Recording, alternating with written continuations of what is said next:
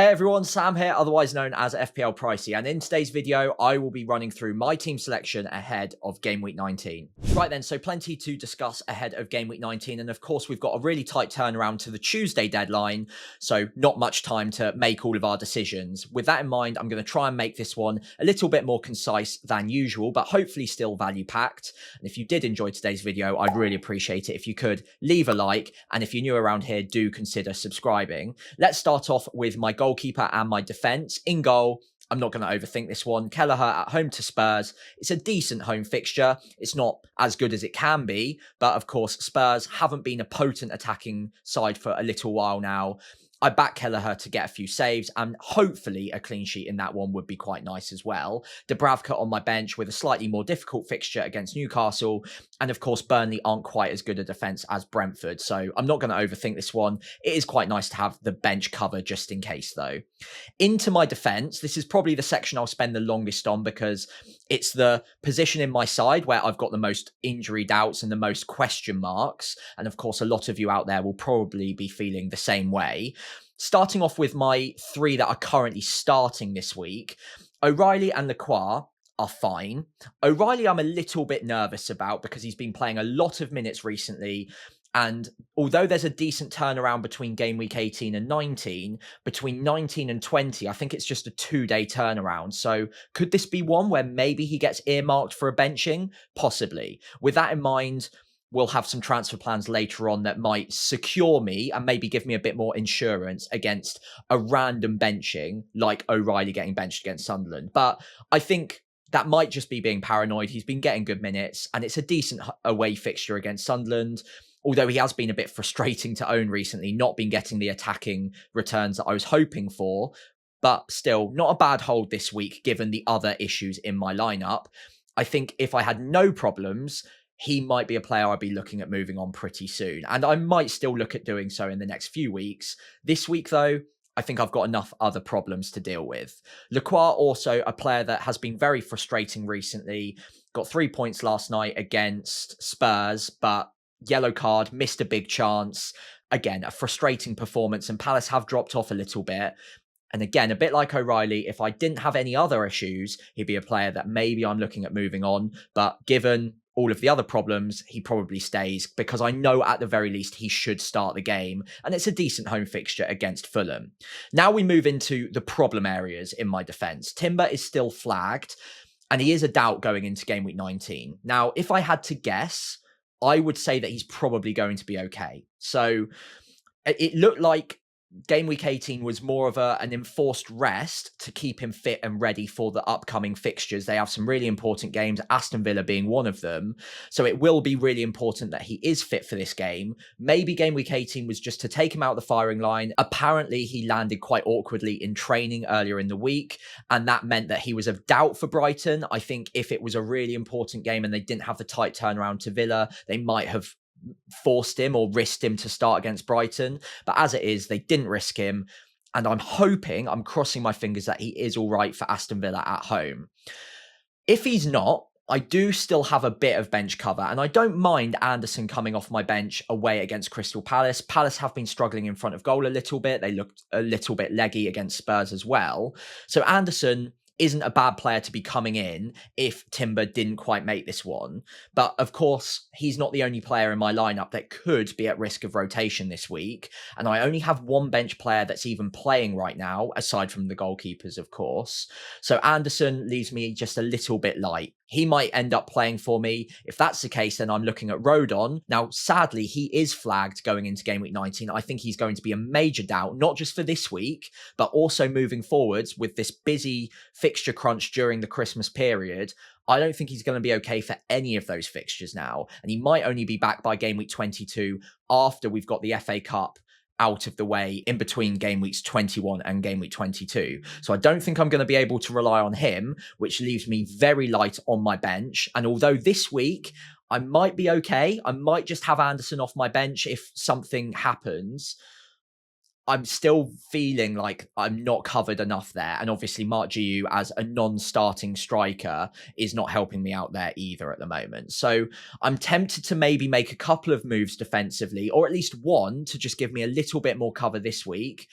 And we'll talk about that later on in the video, of course. But for now, let's move on and let's move into my midfield 5. Okay, so before we take a look at some of my transfer plans with my defenders, I think it is worth having a look at what my midfield 5 looks at, and then we might look at the transfer plans before the strikers, because most of my transfer plans do involve a midfielder and a defender, because I think I will need to free up some money if I want to upgrade Rodon and give myself a bit more cover.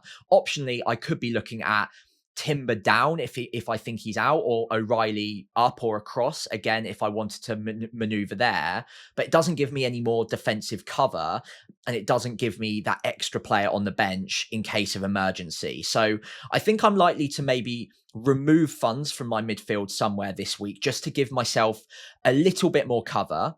But looking at my starting 11 and especially my defense and midfield right now, arguably, it's a roll, because if I think Timber starts, I'm okay with my goalkeeper, my back 3, and my midfield 5 looks strong enough this week that I'd happily roll most weeks. So Saka at home to Aston Villa, that's fine. He might get a rest during this period at some point, but I don't want to predict when that will come. And he's probably not good value for money, but he is ticking along nicely with a few attacking returns here or there. So I don't immediately want to sell him right now. Cunha has just hit the fixture period that I wanted him for. So Wolves followed by Leeds, followed by Burnley. He's going nowhere at the moment, and he should be on penalties. Arguably, even an outside captaincy shout this week instead of Erling Haaland away at Sunderland, but we'll come on to that later on. Then I've got Foden away at Sunderland. He's not been returning in the last couple of game weeks, but a bit unlucky in both of those matches not to get something. So I don't really want to move him on anytime soon. And there's not much I can do with Elliot Anderson either. He'll keep ticking along. He's not on set pieces as much as he was previously. He's playing a little bit deeper, but at least he's hitting DEFCON. So he's not an immediate sale. And at 5.3, there's not many players much cheaper than him that could help me afford moves elsewhere. So he's probably a player that just sits in my starting 11 for this week. In future weeks, he might be more of a bench option. But this week at home to Everton, I think it's fine. Then we come to the final player. That is Semenyo away at Chelsea. It's not a great fixture, although he could return in it. It's not impossible that he does do well in that game. But he's fairly expensive. I didn't really want to own him any longer than Game Week 18 anyway. So I've had that penciled in as a move out for Game Week 19 for a little while now. So with that in mind, I can maneuver him down to a few different options. I've got the money to go straight to Rodgers, although he's got Arsenal this week. Cherky would have been really tempting as well, given the fixtures and the form, but I've got triple Man City. So that leaves me probably with one player in particular that I'm really looking at to help me save the money, but to better fixtures. And it removes a player that after this week, even if he does play against Chelsea and it might not be as bad a fixture as it looks on paper, after this week, I'm going to want to sell him anyway, because I think it's Arsenal next up afterwards, but he might not even be a Bournemouth player by that point. So whatever happens, I think Semenyo is a sell either this week or next. So I could roll this week and maybe go with this exact team overall and roll to 4 free transfers. We'll talk about that later on. But I think either way, Semenyo is going to be a sell at latest Game Week 20. It's just that if I make the move next week rather than this week, another player maybe becomes a little bit more tempting than the player I'm looking at this week. So with that in mind, let's take a look at who I'm looking at potentially replacing Semenyo with, and then we'll talk about what I can do with that extra money in the defense. Okay, so the most logical option, if I did want to move Semenyo down this week, would probably be to Dominic Szoboszlai, who I've talked about a lot. I've had it penciled in as a transfer for a number of weeks now for Semenyo to Szoboszlai this game week ahead of Leeds at home, Fulham away, Arsenal away is not great, but then Burnley at home after that. Now, ideally, I actually wanted to make this move last week, but Szoboszlai got suspended. And actually, it's quite fortunate he did, because Semenyo went and returned against Brentford anyway. So it's worked out quite nicely. It would save me, I think, an extra 1 million. So it would give me plenty of money to make a move defensively, maybe even upgrade Rodon there. So I think this does just make quite a lot of sense. Am I in love with Szoboszlai? Not really, but he's got 90 minutes. He served his suspension, so he should be very secure for minutes moving forwards through this period of fixtures where a lot of players might not be completely guaranteed to start. He's just had a rest and he's getting 90 minutes anyway. So I think he's very secure. He's got good fixtures on the whole. Arsenal, not ideal, but outside of that, it's 2 good home fixtures against promoted clubs. Fulham away, it's fine. And as long as Salah is away at the African Cup of Nations, Szoboszlai should be the nail penalty taker as well. So he ticks a lot of boxes. He doesn't fill me with loads of excitement. And honestly, if I had no other issues elsewhere, I'd be quite tempted to just leave Semenyo for this week, roll the transfer, and maybe next week look at Morgan Rogers instead, who after Arsenal this week has a great run of fixtures all the way through to arguably game week 36, and then they play Liverpool and Man City right at the back end of the season. But Morgan Rogers from next week onwards is just a steady player to hold on to for the remainder of the season. There's never really an outright bad patch of fixtures for him, and I think he'll tick along really nicely.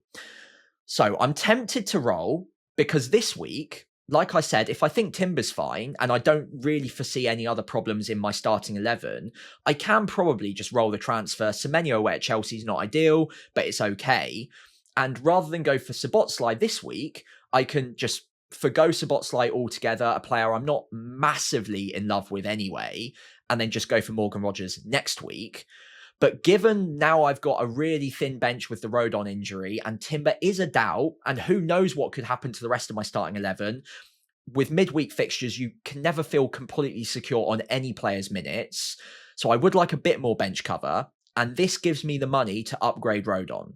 So if I sell Semenyo now to Szoboszlai, I can move Rodon on fairly significantly upwards to, I think, up to 1.3 million more. So with that in mind, let's take a look at the 2 players, maybe 3 players arguably, that I'm considering to replace Rodon with if I did make this transfer. Okay, so given the latest news on Rodon, it looks likely that he's going to miss the next 3 fixtures. They're not even good fixtures on paper either, by the way, but especially because I don't think he's even going to play, making a move defensively to upgrade him to give me a bit more cover, to give me 5 starting defenders, just to tie me over for the next few game weeks, whilst we've got that really tightly packed fixture crunch where rotation will probably strike, injuries will probably strike as well, as they have done already.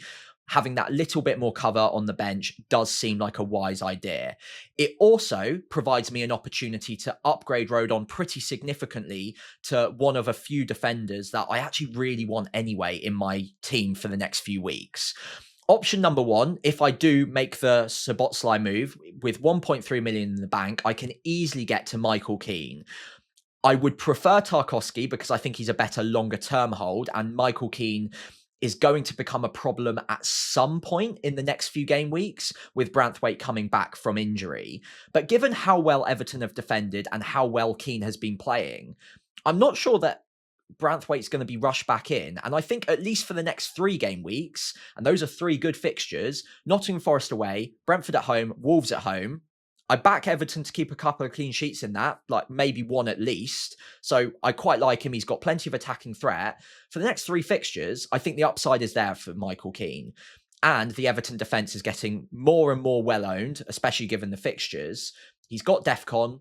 He's got good attacking threat. He's got good fixtures. And I think for the next 3, he's probably pretty nailed as well. And arguably, even after that, he might not become a problem immediately. Aston Villa, I think it's Leeds at home after that. I would like him to still be a starting option at that point. But if he's not, I can downgrade him to a Sunderland defender, for example. And I've still got a pretty decent bench, even without Michael Keane there. So I'm pretty tempted to make that move. It still gives me 0.5 in the bank for next week onwards, but it would mean that I use 2 of my 3 free transfers, less wiggle room next week with 2 free transfers into game week 20. But I do really like it. I think Michael Keane, even if I don't necessarily start him this week, it does give me much more bench cover and a player that I want to actually start in my starting 11 in game weeks 20 and 21. The other option is to look at a Newcastle defender. Now, I've put Lewis Hall on the graphic.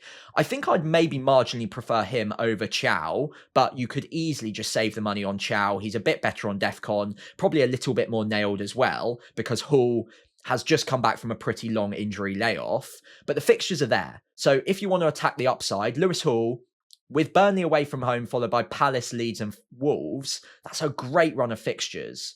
The only thing that's maybe swinging me slightly towards Michael Keane is that one, he's nailed for the foreseeable until Branthwaite comes back anyway, definitely for this next few batch of fixtures. Lewis Hall might get the odd rest.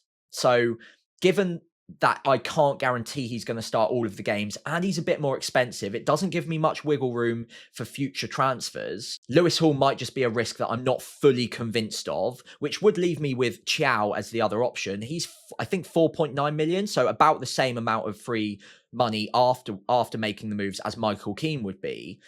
But there's just something about Michael Keane. I just feel like I'm veering slightly more towards the Everton defender than the Newcastle one. But do let me know in the comments if you prefer the Newcastle option, because I can afford Hall. I can, of course, also afford Thiaw. But I think Michael Keane's the one that I actually quite like here. And even if I bench him this week away at Forest, if he needs to come off my bench because it's nice to have the cover, then that's a pretty decent fixture anyway. And then after that, Brentford and Wolves both at home, really good fixtures. It's if I do think Hall or Thiaw is going to start all of the next four, then arguably they've got better fixtures. So yeah, let me know in the comments below which you prefer. I'm slightly veering towards Michael Keane at the moment. Okay, so let's take a quick look at the captaincy matrix ahead of game week 19. Not much in it at all this week between Erling Haaland and Cunha. I do own both. In fact, I own the top three with Saka, and arguably Ekatike should be in here as well. But I think my preferred three right now in order would still marginally be Haaland out on top. Cunha comes in second, and a great differential option if you want to go there. And of course, Saka is never a bad option if he gets the minutes, although the fixture isn't as good as the other two. Cunha does run Haaland very close this week. It's a much better fixture. He should be on penalties and the minutes should be very secure. But given what we saw against Newcastle, I'm not sure I've seen enough to convince me that Cunha is a fantastic option as a captaincy candidate this week compared to Erling Haaland. And again, even though he blanked against Nottingham Forest, I still feel like I need a pretty big reason to go against Erling Haaland. And Sunderland being without Ballard in the back line right now, I think that's enough to maybe sway me towards Haaland. If Sunderland were absolutely full strength, they had all of their African Cup of Nations players and Ballard in the back line, then I might be more tempted to go with Cunha. And I still am a little bit tempted, given he is a differential option. He's not far off in the expected points. It's a really good differential captaincy candidate. And if you're chasing, I like it a lot. But I don't know whether it's a risk worth taking for me. So I'm still going to go with Erling Haaland away at Sunderland, given the players that are out for them at the moment. They're still unbeaten at home this season in the league, I think. So it's not an easy fixture by any means. Cunha's a good option. I think given all of the problems that Sunderland have with their starting 11 at the moment, Ballard being out, the African Cup of Nations players, and Haaland just being a beast, I think I'm just about going with Erling Haaland this week. Okay, so finally, let's wrap up by taking a look at my full starting 11 going into game week 19. This is without the transfers. Of course, I've got 3 to use. I've mentioned a couple of the options I'm considering. But overall, I think if all of my players are fit, this week it's rollable. I could absolutely roll the transfer this week. Even Semenyo, who is arguably the weak point in my starting 11, away at Chelsea, I don't think it's a bad fixture by any means. Semenyo could absolutely return in that game. So I think if I had no problems and Rodon was fit and Timber had no doubts whatsoever, I probably would roll the transfer and go to 4 next week and maybe look at Semenyo to Rodgers instead of making the move this week and looking at Dominic Szoboszlai. However, the Rodon injury is really tempting me, and I'll slide across now. Hopefully I've done this in the right order. I have. To make the 2 free transfers, it will give me 0.5 in the bank and 1 free transfer to roll into next week, so 2 next week in total. But it would be to make the 2 moves, Semenyo down to Szoboszlai. Against Leeds at home, it's a good enough fixture. He's got 3 decent fixtures in the next 4, and he's on penalties. He should get 90 minutes. I do quite like it as an alternative. If I'm not in love with it, it's probably okay. And then also in doing so, it gives me the money to upgrade Rodon to Keane or maybe a Newcastle defender. But I think Keane is fine. And then all of a sudden, in comparison to the initial lineup, I've got a slightly better starting 11. I think Szoboszlai is slightly better than Semenyo this week anyway.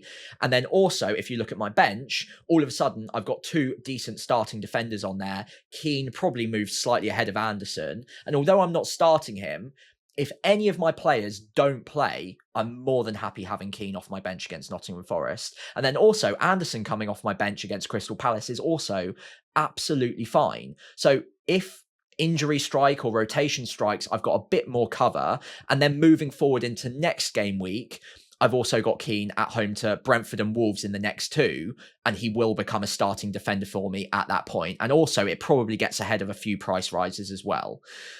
So overall, I think I'm very slightly veering towards making the 2 free transfers, giving myself a little bit more depth with Keane on the bench as well, but also Szoboszlai in there. But it does unfortunately mean that I will have to wait a few game weeks before I get to Morgan Rogers, because there's no one there really that I can move to Morgan Rogers pretty quickly next week onwards. So yeah, Morgan Rogers might have to wait a little while. Gabriel is another player that might have to wait a little while, but I'm probably willing to do so given the fixtures aren't amazing in the next 3. But come game week 22, I will currently be looking at making a double swap, maybe Cunha down to Rogers if I can still afford Rogers, and Gabriel up from O'Reilly.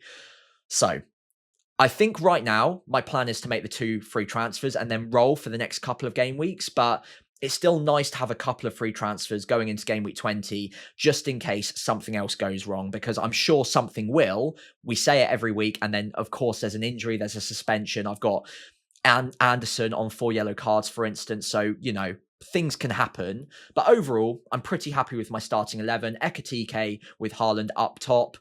Again, more than happy with that. Haaland will have the captaincy armband this week ahead of Cunha, I think. And I think I'm very slightly angling towards the 2 free transfers of Szoboszlai and Keane. But let me know in the comments below what you prefer. And maybe the answer is to just do nothing. Maybe it is to roll 4 free transfers next week and get straight over to Rogers.